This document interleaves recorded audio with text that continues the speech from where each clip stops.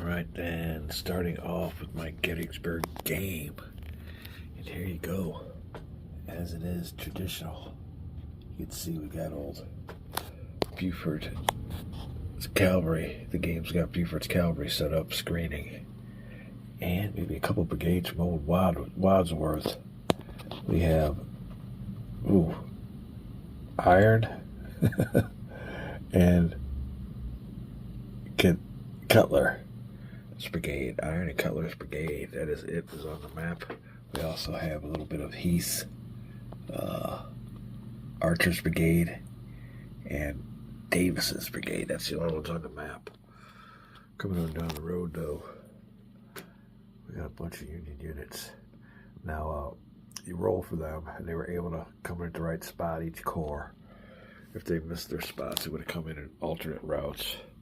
But as it was, they made their destination. Everybody found their way. The little marker here tells you that if the Confederates can get 10 brigades between here and here off the map, it's an automatic victory.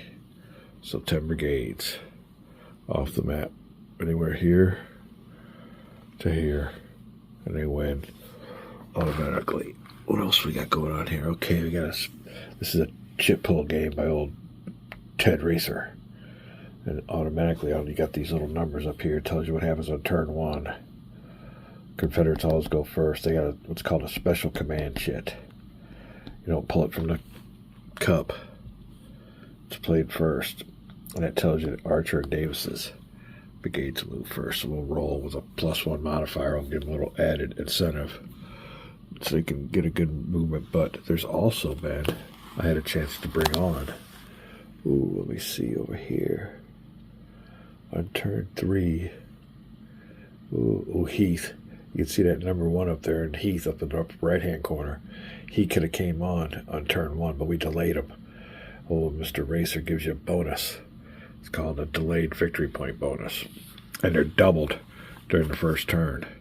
So if you delay units to come on, you get a victory point bonus. So I would have got 2 regularly, but since it's the first turn and I get a bonus, and it's made me 4 victory points. And the thing of it is, the reason I did that is here. Let me show you here real quick on old Heath. He's only got, here you go. He's only got these 2 units. Let me make sure I got them on the right side. Yeah. Or is it 1 unit? Yeah, it's only 1 unit. Oh, no, there's 2 of them.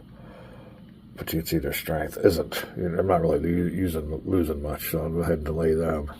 Instead of coming off the first turn at 1B, the B area would have been right up here.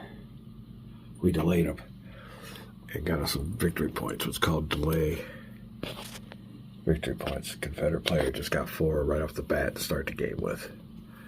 And whether it's a good strategy or not, we'll see, because it is our turn. Hold on a second. We put these back. We'll be right back.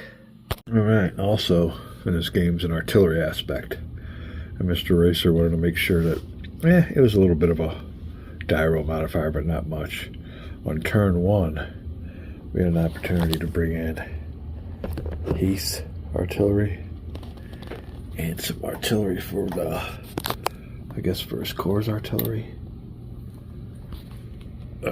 That's all turn 1. Now the thing of it is, you put them in the old cup, artillery cup, and you took the number that you put in there, which would be 2 on turn 1. You drew half, so it came out that only one side was going to get artillery. The Union player was the one that drew it, so he'll get 1 artillery to use with a +1 die roll modifier in any battle, and the Confederate player won't. His artillery was not being used, so that's the advantage. Now we will move, we'll roll to find out what the movement rate is for these 2 units. Is how we'll start the game. And you can see what's going on here. Now you want to take a big look at what's coming on here in the second turn. There you go. There's a stack that's going in the second turn. So you can see it's going to get really interesting. That Union Corps, that will be the First Corps. They'll be trying to attempt everybody gather on this road coming down this way. So here you go. Back it up a little bit. Union's coming on up. And what is the number on these boys here real quick? Let's see. Don't want to mess up. There they go. I can't get a number on any of these. 2-4. I'll have to find out where they're coming in at. But before we mess this up, it's pretty precarious there. All right, we'll be back. All right.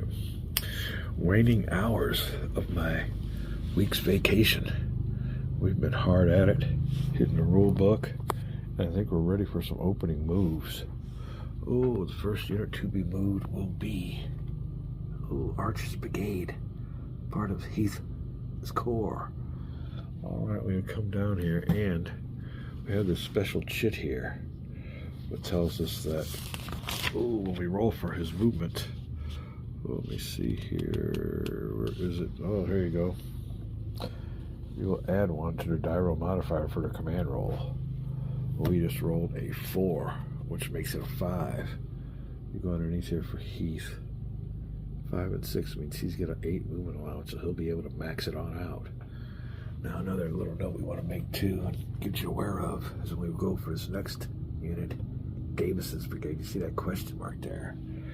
Let's go down here, and Mr. Racer, give us a little bit of interesting history. All right. Davis's Mississippi Brigade had been called up from the Carolinas, where it had been on coastal defense duty. After getting pummeled on July 1st, they melted away early when they went forward as part of Pickett's charge. The first time Davis's Brigade is involved in combat on attack or defense, roll a die to determine its tactical efficiency rating. Roll to determine tactical efficiency rating before resolving combat, but do not roll to determine tactical efficiency rating if all the opposing units are cavalry that withdraw before battle, meaning that if old Buford's cavalry engages them. But these old boys here, we'll get to them, but right now, 8 movement points in the beginning minutes of Gettysburg. We'll see what we want to do with that. Well, keeping everything in mind, there's a lot of stuff to look forward to, but I think we're ready to go at it. We'll do him first, and then we'll roll for Davis. He's down here. He gets a separate roll. All right. We'll be right back. Or maybe that might be his tactical efficiency rating. We'll have to see what goes on here. We'll be right back. All right. Now we'll roll for Davis's movement. And then we'll also make a separate roll when he's involved in combat. And that marker will be placed on one of those numbers. So there you go. It's all good. All right. When we come back, let me see what I want to do with, is it Archer's Brigade? He's Corps. Up there on Hers Ridge, right behind it. We'll see what we're going to do. We'll be right back. All right, then. We had the placement wrong. He used to be at 4903. You can see right there, he's where he was. I had him over here at 4803, I think is where it is. So anyway, he starts out on the road. Archer's Brigade. He gets 8 movement points. I think we'll do it like this.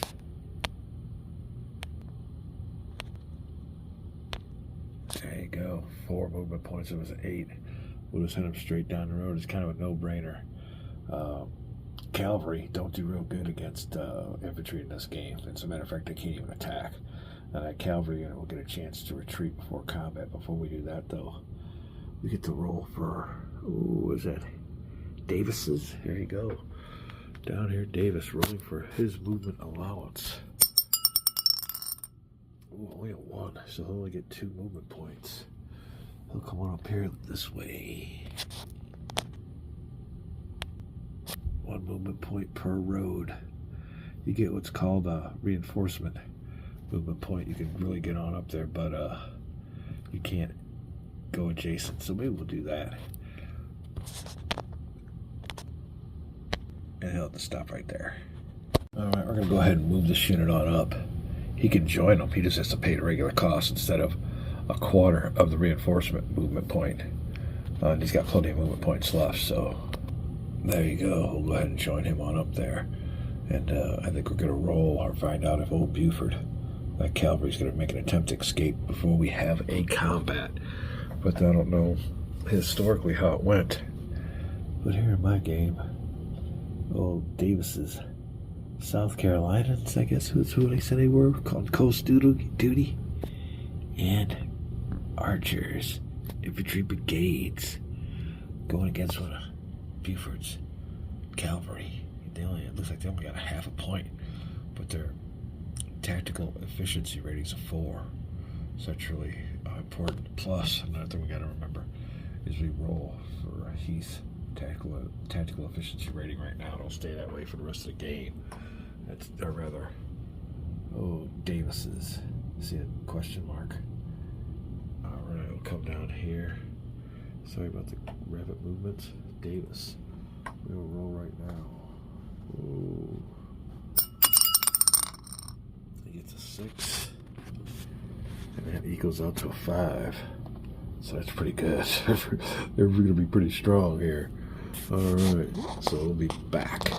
One thing I want to check too is also if that zone of control extends across the Riverhead side. And I got the good old card here, and it says yes, we're good to go. Pretty sure we got everything checked out.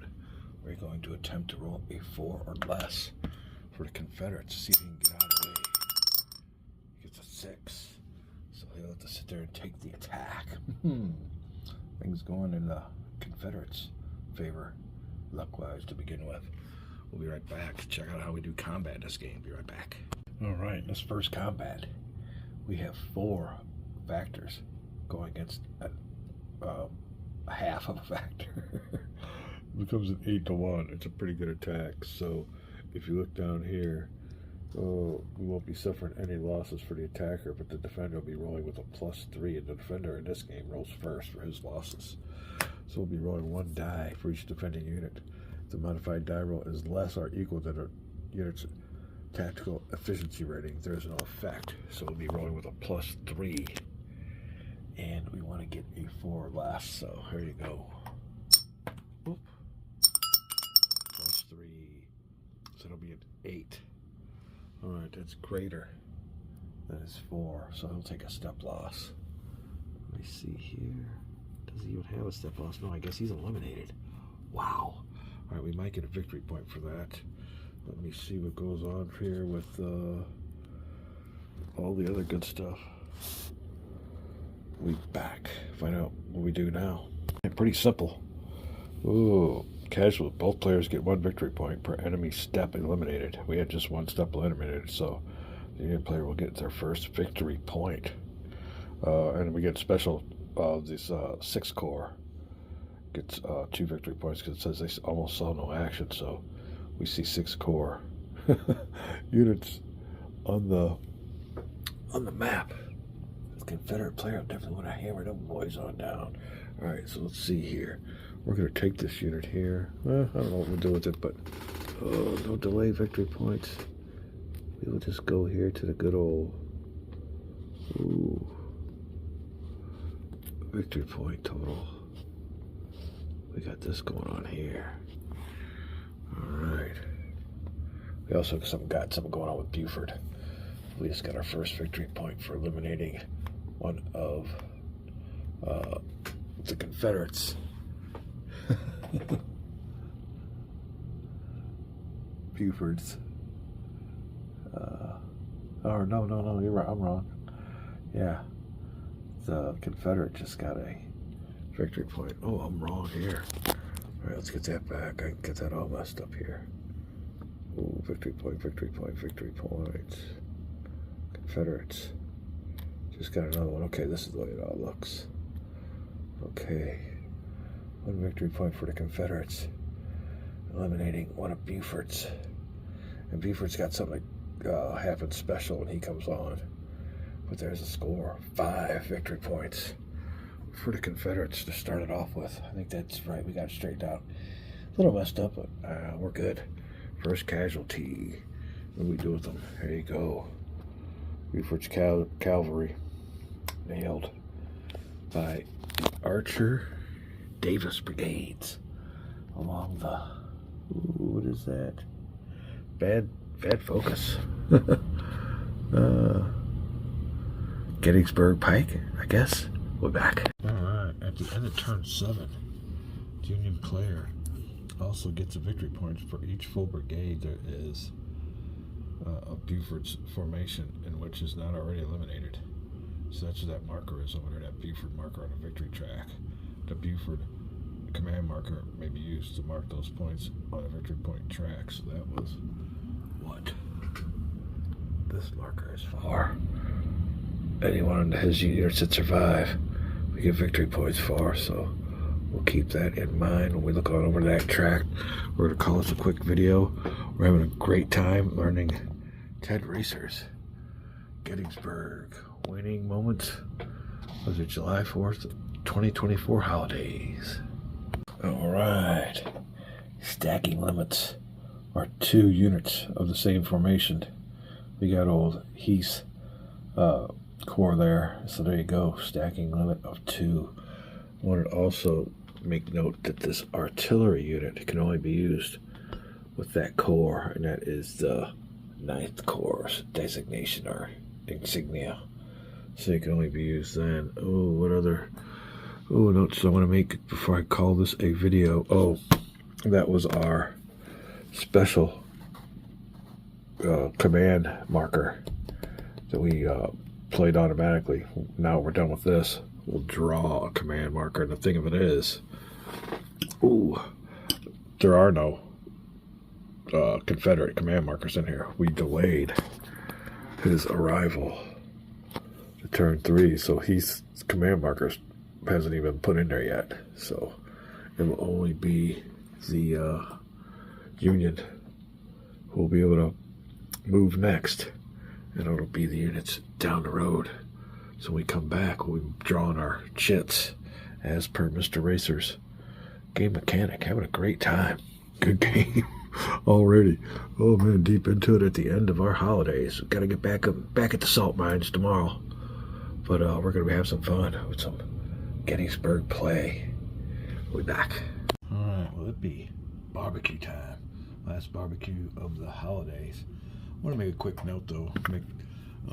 We rolled on this for Davis's roll separate. He's part of Heath's division, so we rolled a 6. So Davis's unit gets 8 movement points, which is fine. All right, everything's fine, but I just want to make a note of that. This table here is strictly for his tactical efficiency rating. So there you go. And they came out pretty good. I'll call that a video. And when we come back, maybe some more GMT games, or I don't know if we got time yet, but might be Cactus Air Force time. Great weekend. Hope you guys all had a good weekend yourself. We'll be back. One more correction before we call the video. We do not roll. I repeat. Do not roll to determine tactical efficiency rating if all opposing units are cavalry that withdraw before battle. Well, they didn't withdraw before battle, so I guess we can stick with that rolling in their tactical efficiency rating. So there you go. That's the only caveat. They did have to battle, so there you go. We'll call it a video. Had a great time. We're going to get this one uploaded. Be back.